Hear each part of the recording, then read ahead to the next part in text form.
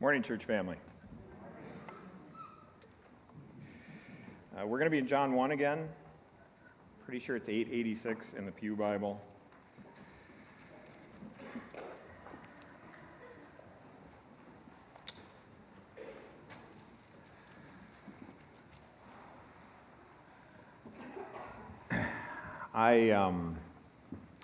For those of you who were here last week, you know that I was grappling with some difficult, heavy matters.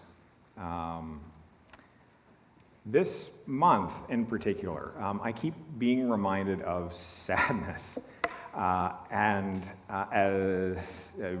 just whether it be other people's sadness or I can't help but reflect as I stand up here and think that that was Pavel's last pastoral prayer with us, theoretically. There you go, yeah. He said he'll keep praying.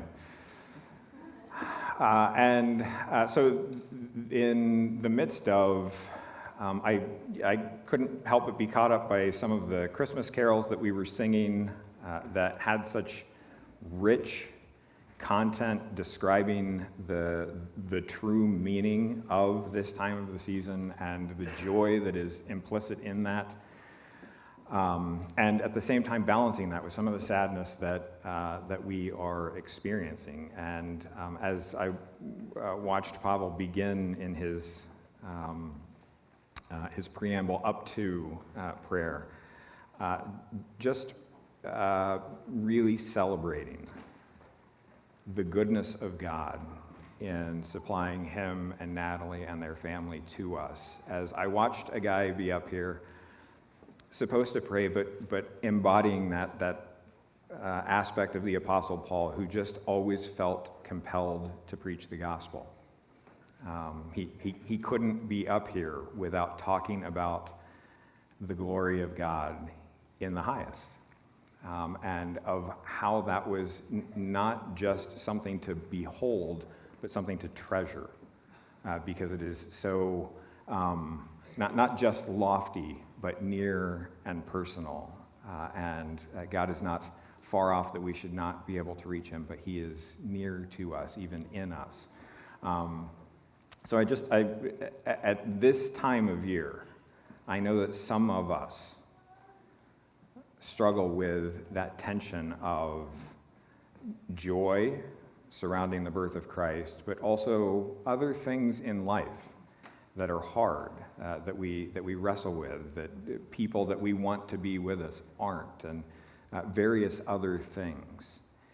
And I just want to remind you that Christ was born for many things, but he was also born for that wrestle and that struggle, the aspect of mourning even in the midst of joy, in order to bring us to a place of joy in which every tear at some point will be wiped away, where we can see not just in a mirror dimly, but face to face, and be able to celebrate with unspeakable joy the things that he is doing. And I feel like Pavel up here in just those few minutes just reminded me of the good things that God has done in and through his family here in this church. All right, that was all for free.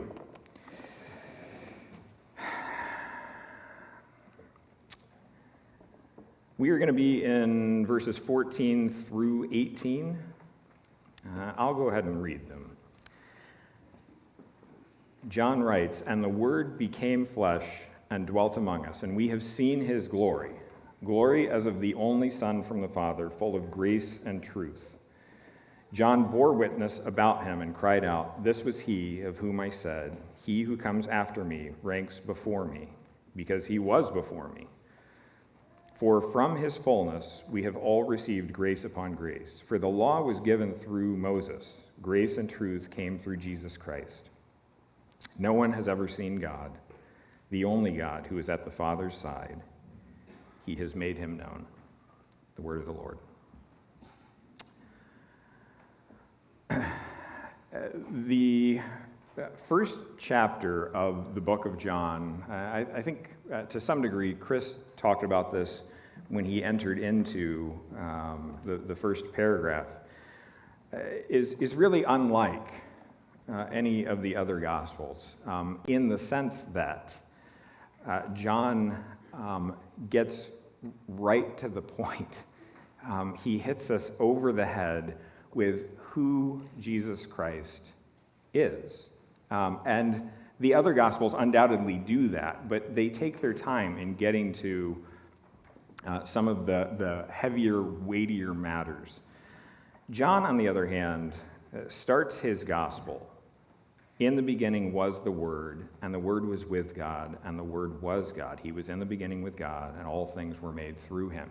And John has read the Bible before, probably multiple times, but even if he hadn't, there's a phrase that's really common to anyone who's been around the Bible in any capacity at any time for any reason. It's in the beginning. Where does that come from? Genesis 1:1. John starts his gospel off in the beginning. And he doesn't do that by accident. He doesn't forget that that phrase was written somewhere else at some point. He writes it intentionally, wanting us to remember where we've heard that before. And he wants us, as he starts to talk about the Word, to remember that when we have heard that before, particularly in Genesis 1:1, that the thing that we saw along with in the beginning was that God said, that God spoke various things into existence. Let there be light. Let there be an expanse in the heavens. Let the sun serve as the greater and the moon serve as the lesser light to govern the night. Let us make man in our image. And one of the remarkable things that John does in saying, in the beginning, is he actually dares to exact some new form of commentary on Genesis 1. He's not a trained theologian. He didn't go to school with the Pharisees and Sadducees. In fact, his background is entirely blue collar. He's a fisherman by trade. Now, he's been an apostle for quite some time when he writes his letter, but he dares to actually give us a slightly new reading of Genesis 1:1. And that is, if you remember when Moses writes, in the beginning, God created the heavens and the earth, and the way he did that was to speak it into existence. I want to tell you who that person was that was doing the speaking. Now, John has several intents behind describing Jesus as the Word, but one of them, without question, is to identify the one speaking in Genesis 1. The Word that we hear spoken is spoken by none other than the Word that is described here in John chapter 1. When we hear, let there be light, John is saying, Jesus is the one saying those words. And we know that. We know that's the case. We know that John wants us to be thinking about creation because he says in verse 3 of chapter 1, all things were made through him, and without him was not anything made that was made. John wants us to identify Genesis 1 with the first chapter of his gospel, and he wants us to see that Jesus is the one speaking at creation. Now, I know this is not the text I read to you, and it feels like I'm preaching an entirely different sermon, and I know at this point you're probably worried that maybe I'm going to preach two sermons, and I am, but I'm going to try and cram them all into 30 minutes, I promise. The reason that I reach back into the earlier portion of John is because I think John is doing this again. I think in verses 14 through 18, John is saying, you've seen this guy before, and I want to point out where you have seen him and why that's significant. So he starts out, and he actually returns back to the language. The verses in between 1 and 5 and where we are here describe Jesus as the light. But he returns back to description of the Word, that the Word became flesh. And we'll talk a little bit about that in a few minutes. But the Word, as described in the very beginning of his gospel, was both with God and was undoubtedly God. And we see that Word becoming flesh, not in a sinful capacity, just in order to describe humanity. And then John says, and he dwelt among us. Many of you know the etymology of the term here, dwelt among us. It gets its beginning in the word tabernacle. And so you could actually translate this very literally that he tabernacled among us. The Word became flesh and tabernacled among us. And we have seen his glory as of the only Son from the Father, full of grace and truth. And there are various aspects to that glory that John goes on to describe, but the one that he starts with is that we have seen the only Son from the Father. Now, if you've been in my Sunday school class on the Trinity, I'm sorry, you're going to get more of the same here. Some of you have the ESV, and others of you have different translations. Does anyone out there have a different translation that reads something other than the only Son from the Father? Chuck, what do you have, the King James? Yeah, only begotten. I'll run over that. Yeah, only begotten. There are two ways to read this, and in fact, if you, most of you have memorized John 3:16, God so loved the world that he gave his only begotten. So I heard one and only over here from some of the younger, but from some of the older, right, it's only begotten. So which one is it? There's a lot of debate, and honestly, most of the modern debate is that it's one and only. And part of the problem is that the Greek is not entirely clear. Now, I know that may seem out of left field to you, but oftentimes the Greek is not entirely clear because it's language, and that's the way language is. But you have two Greek words that are forced together. You have monos and you have genos. And monos is easy. That means only. Genos is more challenging because we don't know, is that the word that is taken from the word that means descendant? Or is it the word that's taken from begotten? They sound very similar. Genos is from, it could be either gene or it could be genao. And I know that stuff doesn't necessarily mean anything to you, but it's a challenging construction in which we're not really sure what exactly it means. Or we're not really sure which two words are actually put together. Monos, again, simple, means one and only. But the question is, genos, does it mean begotten or does it mean descendant or son?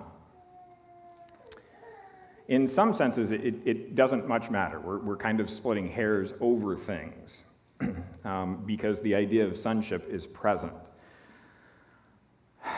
But I was reading in the Net Bible, and I was surprised actually to see this because the Net Bible is produced by Dallas Seminary, and as you know, I'm a Dallas grad. So I found myself slightly disappointed to see that one of the primary reasons that they go with one and only Son rather than only begotten is that they feel like only begotten is misleading from a metaphysical sense. And those are some kind of big words, but ultimately what they mean is that they think they will communicate the wrong thing to the reader. And I don't really like that because I want to know what it actually says. and then I will let the Spirit help me deal with what it says. And essentially, where I think the debate really settles is that begotten creates in our minds trouble or difficulty. But the thing that I don't like about translating it as one and only Son is that I think it skips out on part of the intent that John has of demonstrating what it is that was glorious about the Word. You see, if you back up just a little bit into verse 12, John writes, "To all who did receive him," that is Jesus, "who believed in his name, he gave the right to become children of God." And then you skip down here to verse 14, and we have a description of Jesus as the Son of God. Well, I think one of the important distinctions between the children that are made, that are adopted in verse 12, and the Son of God that simply is in verse 14 is that he is begotten. Now, begotten has a troubling aspect to us, those of us who are human beings. We know what is meant by begotten. And the problem with begottenness is that it implies a start. Right? If he was begotten, doesn't that mean that he was begotten by someone, and that at some point prior to that begetting, he wasn't? Right? The big issue for us with begottenness is, doesn't that mess with the eternality of Jesus? And if that messes with the eternality of Jesus, doesn't that mess with the divinity of Jesus?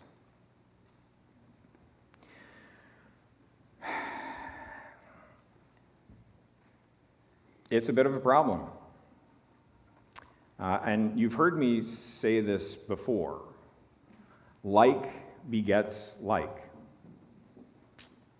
Black widow spiders beget black widow spiders. Zebras beget zebras. Kevin Jacksons beget Kevin Jacksons, per se. I know the three of you would argue with that to a degree, but like begets like. And in the case of divinity, the divine begets the divine. This is affirmed in Psalm 2. It's affirmed in Hebrews 1. Today you are my son. Today I have begotten you. And the way that the ancients have described it, the way that the early church described it, is that it is an eternal begetting. And that day on which he is begotten is an eternal day. And the reason that begottenness is so important to the glory of who Jesus is because it affirms in absolutely crystal clear language, sort of, that Jesus possesses all of the divine qualities of his Father. Because like begets like. It also highlights for us the difference between his sonship and our sonship. His sonship is a sonship by nature. He simply is the Son of God by virtue of his begottenness. The Father begets, the Son is begotten. We, on the other hand, are sons by the will of God, according to the work of Christ, through adoption.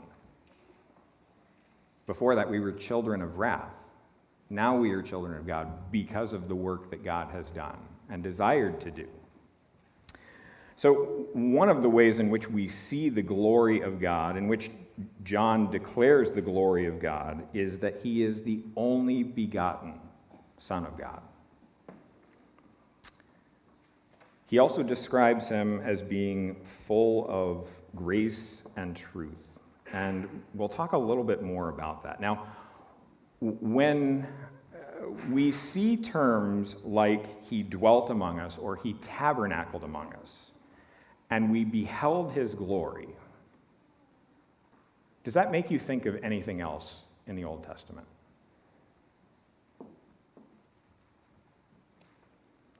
Tabernacle and glory. Take a look at Exodus 34. I normally don't make you turn anywhere, but it's Christmas time, so you're welcome. Exodus 34, I don't know what page that's on in the Pew Bible.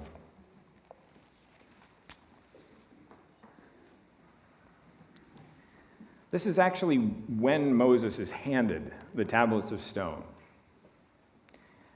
And I particularly want you to pay attention to the directions for the people.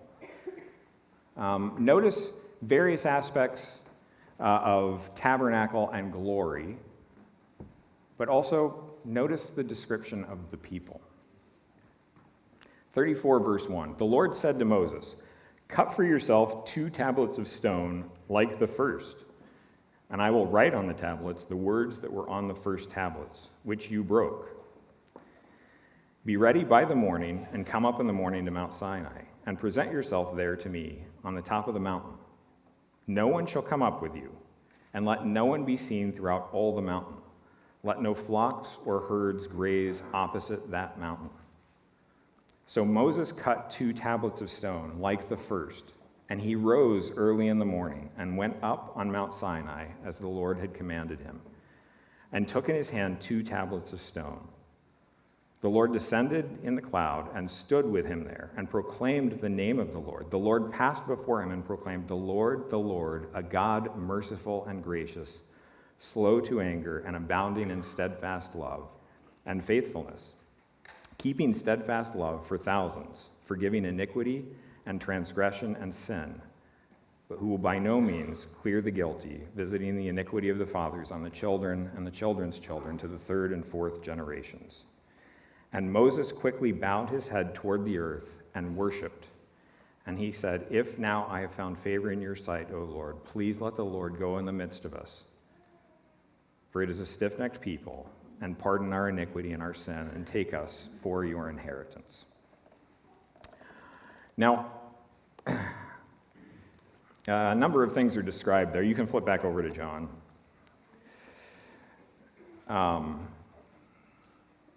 But we see there Moses experiencing the glory of God as he is given the tablets of stone. And where are the people? They're not there. Much of I would say the second half of the book of Exodus has one glaring communication. Keep away. Stay out. To here you may come and no further, because the glory of God is beyond this point. John, in his gospel, actually confirms for us again. If you look in verse 17, he confirms for us, if you've been thinking a little bit about Moses and his experience on the mountain, wanting to see the glory of God and receiving the commandments, You're right, because the law was given through Moses. One of the things that the apostle, the writer of this gospel, is doing is he is saying, remember the one who, way back in Exodus, said, I want you to build this tent, and I'm going to come and live in it. I'm going to put my glory in your midst. John is saying, that person who met with Moses on the mountain, who wrote with his fingers the Ten Commandments and handed those tablets back to Moses, who sent him down the mountain and who agreed to covenant with the people, that person is Jesus. Now, we're not primarily a Jewish congregation, but for Israelites who saw Moses as the prophet of all prophets, and the experience of the Exodus defined for them who they were as a people, to imagine that at some point the God who existed on a mountain that terrified them, who said to Moses when he was in his presence, hey, take those shoes off. This is holy ground. Who said, don't let the people even on this mountain. In fact, you know what? Don't even let their livestock on the mountain. The one who, when he came down into the tabernacle, no one could go into it because his glory was so overwhelming. That is the person. That is the God that John says, the Word became flesh and dwelt among us, and we beheld his glory. Not Moses, not just a few of us. You might think that John means just the apostles, right? Just they witnessed his glory. But verse 16 says, for from his fullness we have all received grace upon grace. John's intention there is to imply that every one of us has received grace upon grace. And if he uses we there, there's no reason to not interpret that the we in verse 14 is that you and I, all of us, have seen the glory that was talked about way back in Exodus chapter 34 and 40, 36.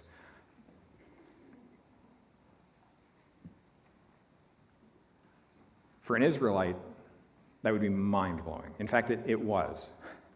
That was part of the whole point of much of the nation rejecting Jesus.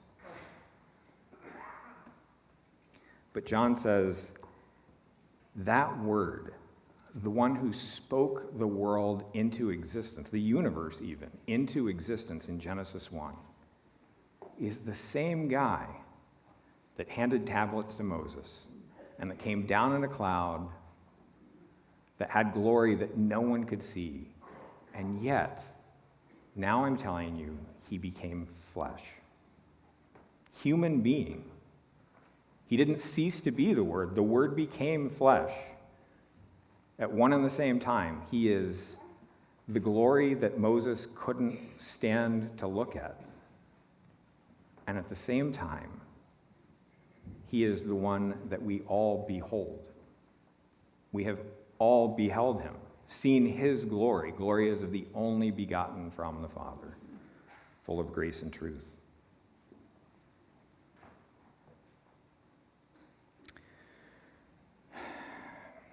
I want to talk about verse 15, but I'm not going to. I don't think. Man. All right, verse 16. For from his fullness We have all received grace upon grace. There is here an affirmation that how do I want to say this? There's really more, it's fair to say it's an affirmation. We were actually just in Sunday school. Josh Nelson was responding to a question that I had asked with respect to Jesus and his nature here on earth. And one of the things he said was, the hypostatic union makes my head hurt. The hypostatic union is just a fancy word of saying that Jesus was both God and man all at the same time. Without any mixture. There are lots of heresies related to this, but there's no mixture. There are two natures that exist in one person, completely God and at the same time completely human. And that's hard for us to figure out. How exactly is it that the eternal, invisible, all-powerful, infinite God can fit into mortal, finite flesh? Yeah, that's going to be a longer sermon. We'll talk about that later. In fact, come to the lunch. You and I can sit down at the table and we'll chat about it. But one of the things that is assumed is, well, in order for that to fit into finite man, there must have been something that he skimmed off the top or took out or didn't include. Like, you just can't pack all of that in. And John says, no. His fullness we have all received from that fullness, and we have received grace upon grace. The way that Augustine treats that grace upon grace is that the result of the Word becoming flesh is that there are just blessings that flow continually. We receive blessing after blessing after blessing. And I think that is in part right. But I think that John points to yet another blessing. Verse 17, he says, "For the law was given through Moses, grace and truth came through Jesus Christ."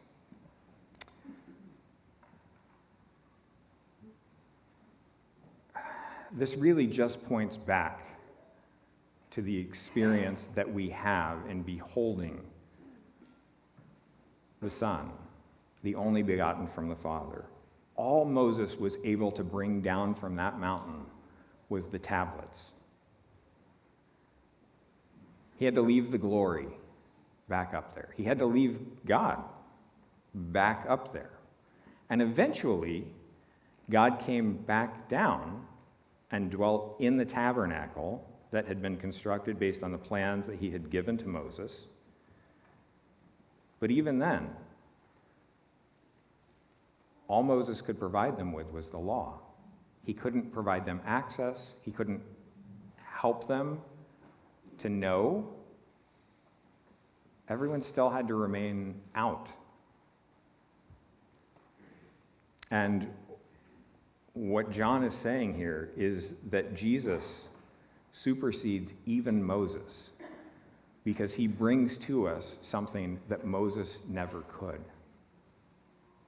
And that is face-to-face relationship. And here I think is actually where John is going with grace upon grace. He says in verse 18, "No one has ever seen God, the only God who is at the Father's side. He has made him known." Now that's a little bit confusing because you have some language that's actually similar to verse 1 of this chapter. In the beginning was the Word, and the Word was with God, and the Word was God. So who is who here? There's a little bit of a who's on first experience. And so what I would say is perhaps a helpful paraphrase here. I wouldn't call it a translation, but a helpful paraphrase is that no one has ever seen God the Father. The only God who is at the Father's side, that is Jesus, he has made the Father known.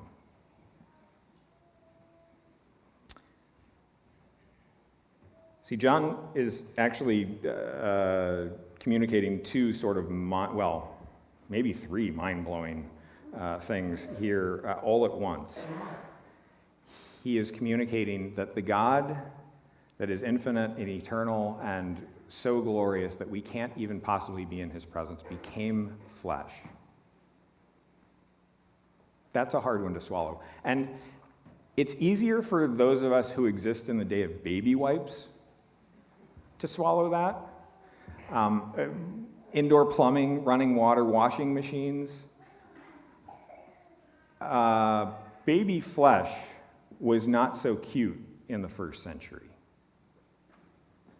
In fact, all flesh was not so cute in the first century, prior to deodorant and regular showers and lotion. The idea that God would become flesh, that the glory that was so holy that Moses needed to take his shoes off or couldn't be in his presence would become flesh, is kind of an offensive thing. It's one of the reasons that people in the first century had a hard time with it. So John's communicating that,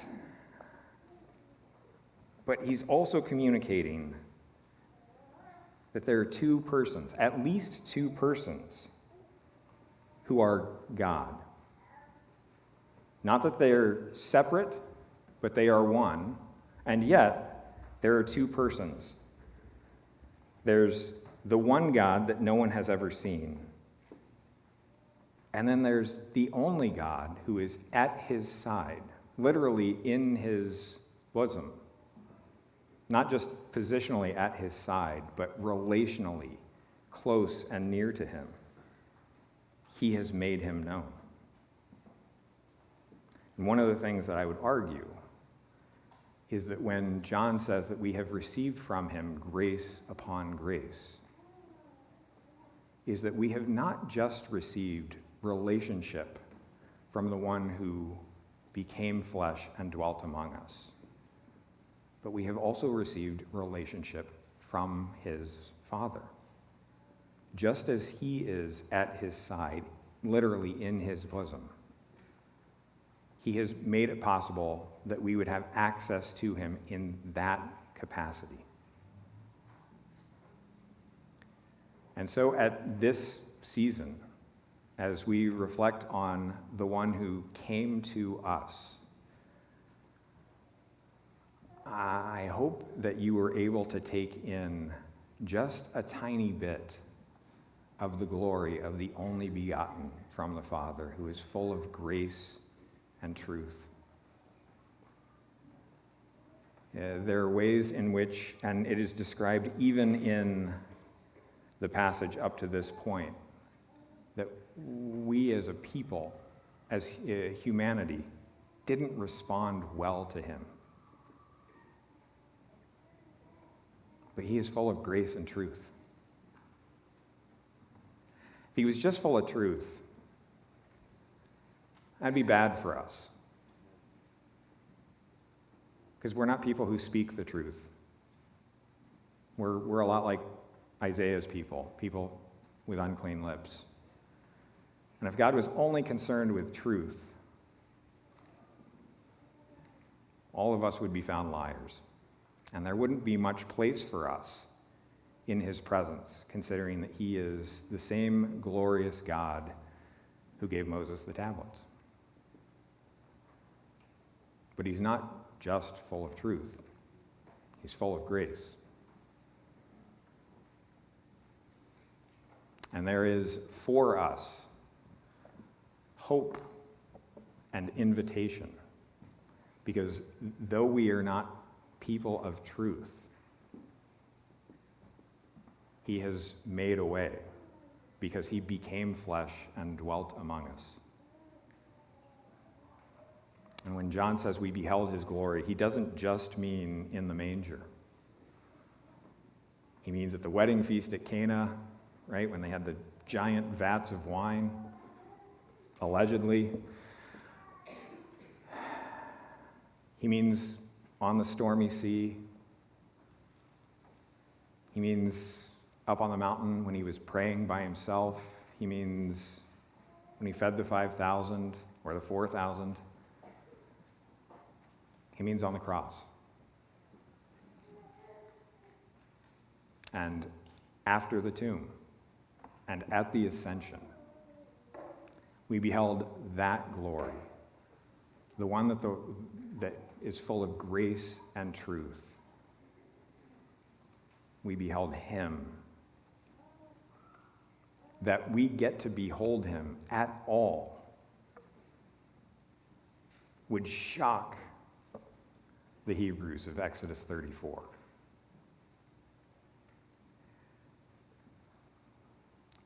That is the one that we get to celebrate and we get to worship at this season. We get to worship him and celebrate him at other times, but we really take stock of it at this time.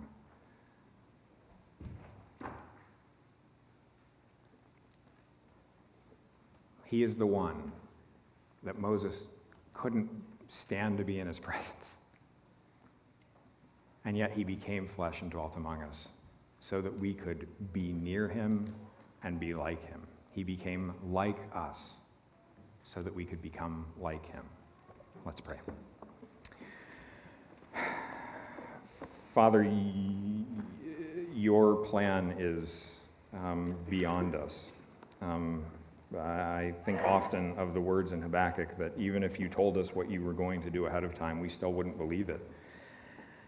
And I think Moses and his compatriots back in the wilderness would have been stunned to know that the one coming down in the Shekinah glory cloud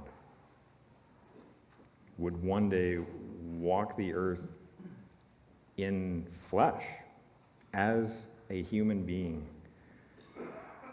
not to be made much of or to be glorified, to be honored as King of Kings and Lord of Lords, but to suffer and die. Father, your ways are higher than ours, your thoughts beyond us. Father, your Spirit invites us to taste and see that you are good. And when we reflect on your glory, your grace, your truth, your humility, it is undeniable that you are good. Father, help us to celebrate, to rejoice, to marvel in the simple fact that we get to be anywhere near that goodness or to experience any of that goodness. You are truly full of grace, and we thank you for that. I pray these things through the Son and by the Spirit. Amen.